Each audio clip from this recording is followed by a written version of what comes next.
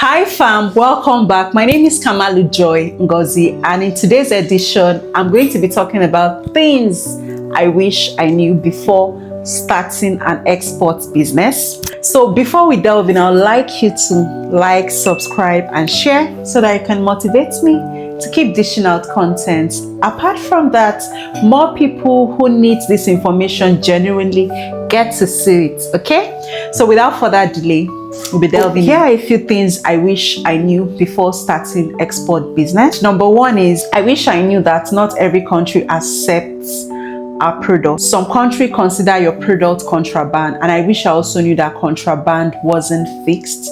So when I started, I had instances where customer will send me list of what they want, and I'll go ahead and tell them, yes, we have them, I can send to you. And then they'll pay money, I'll go ahead, buy those things, and then send to shipping company, and shipping company will tell us that no, this and this and this will not go. And then I don't know how to start calling customer to tell them that that thing I said will go will not go, and then we start having issues, and then it's like I don't look professional and all of that. Because the truth is, your customers abroad, they see these products, they see the yam, the beans, the meat and all of that, and they assume that it's from your country, not knowing that it's from other countries. Other countries may be allowed to bring in those things. Your country may not be allowed to bring in those things.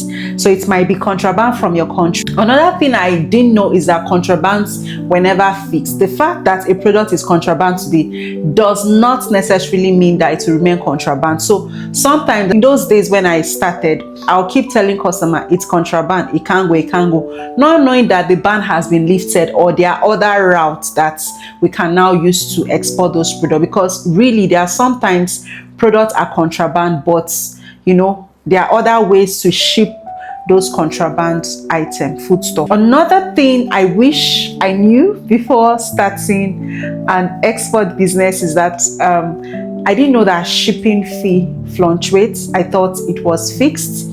In fact, I didn't even know at some point that it was per kg. So when I confirmed from the shipping company the first time and they told me it was 5,000 naira to ship, I just assumed 5,000 naira for any quantity is 5,000 naira until I got to the shipping company with my 10 kg worth of item, and I was told that it's not 5,000 naira for any shipment, it's per kg. Then another time I just assumed it's 5,000 per kg. I came back and I was told it's 5,500 per kg. So shipping fee keep fluctuating, and I remember telling my customer a particular price and getting to the logistic company, price has changed.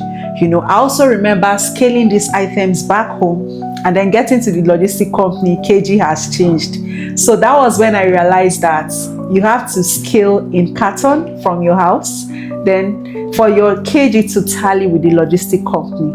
Okay, so I had a lot of discrepancy because I would scale at home but not with carton. I'll call the customer and tell them it's 10 kg. Customer will pay me. When I get to shipping company will scale in carton and tell me it's 12 kg, and then I'll go back to customer and it will look like I'm the one that wants to scam them, you know. So those were the mistakes and little prices I had to pay to get to where I am today. I'm still on my way, on my journey. I'm not there yet anyways. Another thing I wish I knew is how to package my products. Okay, so there are some products that you need bubble wrap, some product that need shrink wrap, some product that needs to be in perforated carton, some product that needs to be crated.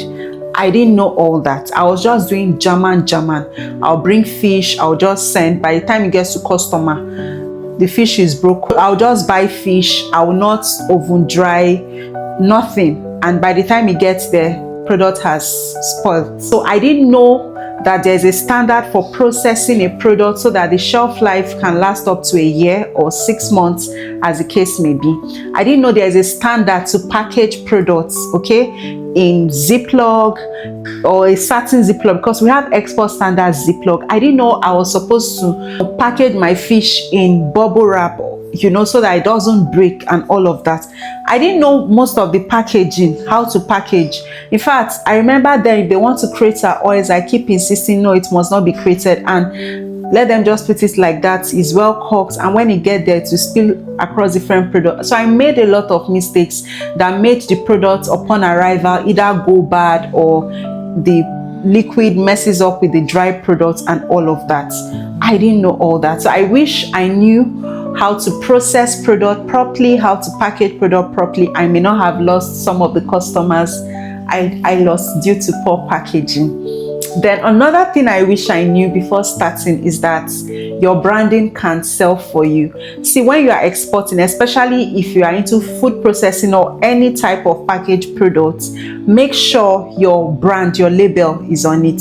No matter how mild the label, I call it mild branding, because even if there are not too much information on your label, there should be your phone number, your email. Make it easy for anybody who tastes your product, consume or use your product, to be easy to reach out to you when they want that product. So I wish I knew about branding my product. I wish I knew that my brand should sell for me when I am not there. I wish I knew how beautiful I should brand my product so that my branding can do the marketing for me. Because the truth is, there are some countries without proper branding, labeling, they will not accept your product. Countries like Australia, if you don't have nutritional facts on your product, direction for use, production and expiry dates, you cannot bring in your products into their country. Like if you try it, you bring a product that is unbranded, Australia Customs are most likely going to reject it. They want to know the ingredients of that product. So on your label, if you are sending to places like Australia, you need to know the nutritional facts. The nutritional facts of your product must be there. The direction for use, the ingredients must be there. Production and expiry dates must be there. The brand name will be there. Okay, so this information are really vital to some countries. If your product is US FDA certified, you include it there. If you are NAFDAC certified, HACCP, halal, or any relevant documentation or certification, put it there. They want to see, they want to know what their citizens are consuming. In Australia, there's nothing like it's personal, for personal consumption, so they will let you go because it's unbranded. Whether it's personal consumption or for commercial purpose, your products must be branded. And that's why you see some people will send goods to Australia and it will be rejected. Why? Because it's not properly branded and packaged. Now, there's something you need to know. Export is business. Sometimes they come with losses. Most times they come, in fact, the profit there is life-changing. But does it mean that there are no losses? There are.